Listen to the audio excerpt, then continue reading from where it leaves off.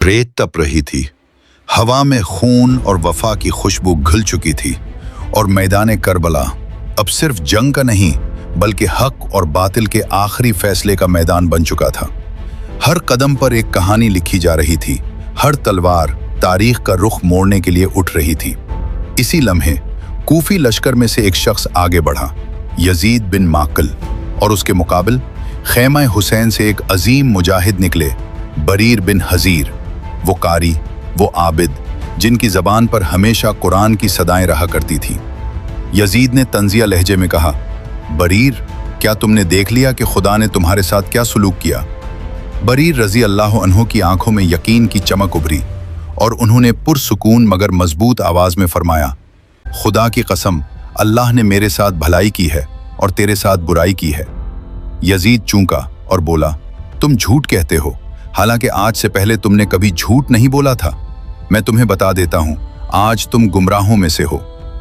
यह सुनकर बरीर के लहजे में एक अजीब वकार उतर आया।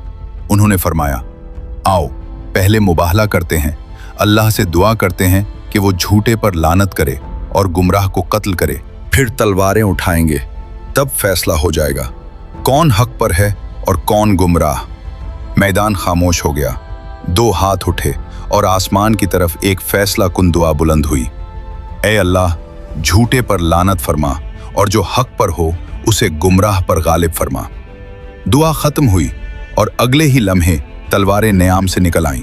यजीद ने पहला वार किया मगर वो खाली गया और फिर बरीर की तलवार चमकी, ऐसी कारी ज़र्ब कि यजीद का खुद चीरती हुई तलवार उसके सर को पार करती हुई दिमाग तक जा पहुंची। वो जमीन पर गिर पड़ा और तलवार उसके सर में पैवस्त हो गई।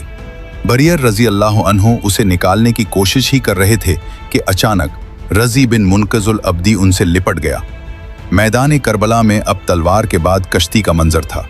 दो जिस्म खाक में गुत्थम गुत्था, लेकिन आखिरकार बरीर रजी अल्लाह अन्हु ने उसे जमीन पर पिछाड़ दिया और उसके सीने पर सवार हो गए। रजी चीख उठा, कहाँ है मेरे साथी? कौन है जो मुझे बचाए? उसकी चीख अभी फजा में गूंज ही रही थी कि काब बिन जाबिर ने पीछे से नेजा फेंका। वो नेजा बरीर की पुष्ट में पैवस्त हो गया और अभी वो संभल भी न पाए थे कि दूसरा वार हुआ। मैदान करबला में शहादत के अजीम मकाम पर फायज हो गया। मैदान में अब एक के बाद एक वफा के पैकर उतर रहे थे।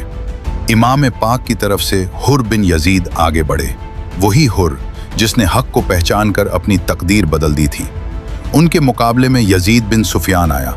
चंद लम्हों की खामोशी, फिर तलवार उठी और हुर का एक ही वार ऐसा फैसला कुन साबित हुआ कि यजीद बिन सुफियान वहीं ढेर हो गया।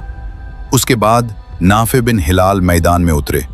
उनके मुकाबिल मुजाहिम बिन हरीस आया, मगर यह मुकाबला भी ज्यादा देर न चल सका। नाफे ने उसे ऐसी ज़र्ब लगाई कि वो तड़पता हुआ जमीन पर गिर पड़ा। अब तक जंग का अंदाज यही था, एक तरफ से एक जवान आता और मुकाबला करता, मगर कूफी लश्कर का जो भी आगे बढ़ता वापस न लौटता। ये मंजर देखकर उम्र बिन हज्जाज चीख उठा, ए बेवकूफ कूफियो, क्या तुम जानते नहीं कि तुम किन लोगों से लड़ रहे हो? ये वो लोग हैं जो मौत को जिंदगी से ज्यादा अजीज रखते हैं। उनके मुकाबिल एक एक करके मत जाओ, ये तो मुट्ठी भर लोग हैं, तुम तो उन्हें पत्थरों से भी खत्म कर सकते हो। इताअत और जमात को लाजिम पकड़ो और हुसैन के कत्ल में किसी शक व शुबा में न पड़ो, उसने नाऊज़ु बिल्लाह दीन छोड़ दिया है। ये अल्फाज फजा में जहर बनकर फैल गए, मगर इमाम पाक की आवाज बुलंद हुई, पुरसुकून मगर काटदार, ए उम्र बिन हज्जाज, जो कुछ तुम कर रहे हो मरने के बाद तुम्हें खुद मालूम हो जाएगा कि किसने अल्लाह के दीन को छोड़ा और कौन जहन्नम का ईंधन बना। ये जवाब गोया हक की आखिरी गवाही था। उम्र बिन साद ने भी यही राय इख्तियार की और एक एक के मुकाबले को सख्ती से रोक दिया। अब जंग का अंदाज बदलने वाला था। अचानक उम्र बिन हज्जाज, जो लश्कर यजीद के मैमना पर मुकर्रर था, अपने दस्ते के साथ इमाम के मैमना पर टूट पड़ा। मैदान में एक हलचल मच गई। तलवारें, नेज़े और चीखें। कुछ देर तक शदीद जंग जारी रही और इसी हंगामे में इमाम के वफादार साथी हजरत मुस्लिम बिन औसजा असदी शहादत के अजीम मर्तबे पर फायज हो गए। उन्हें मुस्लिम बिन अब्दुल्ला और अब्दुर्रहमान अजली ने मिलकर शहीद किया और यूं करबला की रेत ने एक और वफादार का खून अपने अंदर जज्ब कर लिया। इसके बाद शिमर ज़ील जोशन, जो लश्कर यजीद के मैसरा पर मुकर्रर था, अपने दस्ते के साथ इमाम पाक के मैसरा पर टूट पड़ा और उस हमले के साथ ही यजीदी लश्कर चारों तरफ से अंसार हुसैन रजी अल्लाह अन्हु पर टूट पड़ा। मैदान करबला अब एक हौलनाक मार्के में बदल चुका था। हर तरफ तलवारों की चमक, नेज़ों की काट और तकबीर की सदाएं, मगर उन सब के दरमियान इमाम रजी अल्लाह अन्हु के ये चंद जानिसार एक दीवार की तरह खड़े थे। कल सिर्फ 32 सवार, मगर शुजाअत ऐसी कि जिधर रुख करते कूफियों की सफ़ें उलट जाती थी। वो बढ़ते तो दुश्मन पीछे हटता, वो हमला करते तो लश्कर में खलबली मच जाती। यहाँ तक कि यजीदी लश्कर में भगदड़ मच गई। सवारों की सफ़ें दिरहम बरहम हो गईं। अजरा बिन कैस, जो कूफी सवारों का सरदार था, ये मंजर देखकर घबरा उठा। उसने फौरन अब्दुर्रहमान को इब्ने साद के पास भेजा और पैगाम दिया, क्या तुम देख नहीं रहे? इन चंद सवारों ने मेरे पूरे दस्ते को पसपा कर दिया है। मेरे सवार अब इधर उधर भाग रहे हैं और सिर्फ अपनी जान बचाने की फिक्र में हैं। फौरन मदद भेजो, पैदल लश्कर भी और तीरंदाज भी। इब्ने साद ने यह सुनकर शबस बिन रबई को हुक्म दिया, मगर उसने जाने से गुरेज किया।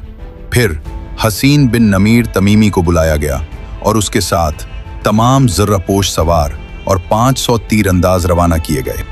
जैसे ही ये लश्कर करीब पहुंचा, उन्होंने यकदम अंसारे इमाम रजी अल्लाह अन्हु पर तीरों की बारिश शुरू कर दी।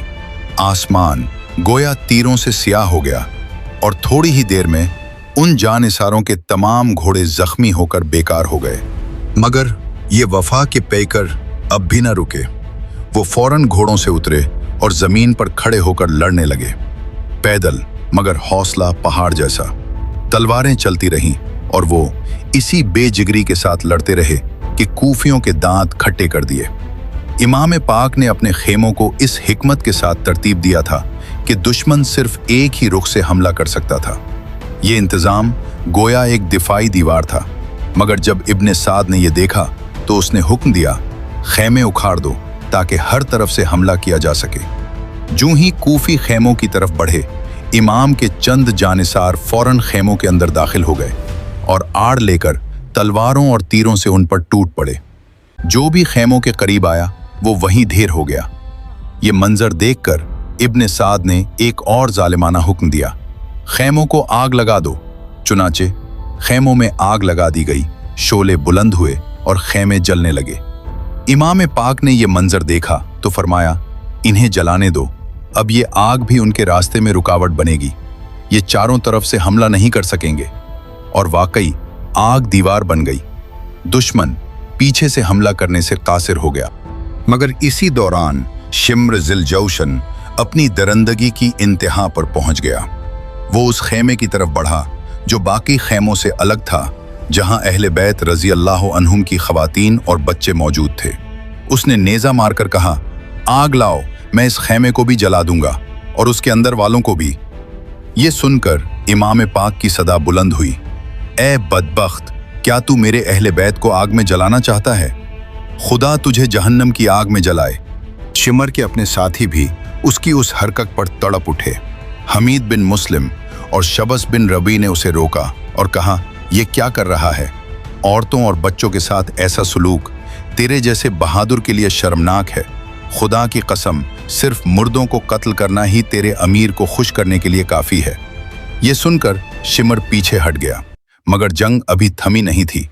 इसी लम्हे ज़हीर बिन कीन रजी अल्लाह अन्हु 10 जानिसारों के साथ आगे बढ़े और शिमर और उसके साथियों पर टूट पड़े। एक ज़बरदस्त हमला और अबू उज़्ज़ा ज़बाबी वहीं मारा गया। दुश्मन को खेमों से दूर हटा दिया गया, मगर कुर्बानियों का सिलसिला जारी था। इसी असना में अब्दुल्लाह बिन उमैर अल-कुल्बी बेजिगरी से लड़ते हुए शहादत के अजीम मकाम पर फायज हो गए। उनकी वफादार ज़ौजा मैदान में आई, उनके सिरहाने बैठकर चेहरे से गिर्द साफ करते हुए कहने लगी, तुम्हें जन्नत मुबारक हो। ये अल्फाज वफा की इंतहा थे, मगर शिमर इस मंजर को भी बर्दाश्त न कर सका। उसने अपने गुलाम रुस्तम को हुक्म दिया, इसके सर पर वार करो, और एक जालिमाना ज़र्ब इस पाकीज़ा खातून का सर पाश पाश हो गया और वो भी अपने शौहर के साथ जन्नत बुरे की मेहमान बन गई। यहाँ करबला की दास्तान और भी दर्दनाक मोड़ ले रही है। हर लम्हा एक नई कुर्बानी, एक नया जख्म और एक नई आजमाइश सामने आ रही है। लेकिन अभी असल इम्तिहान बाकी है। वो लम्हे जब वफा की आखिरी हदें टूटेंगी और तारीख अपने सबसे अजीम सानहे को मुकम्मल करेगी। जारी है पार्ट 7 में।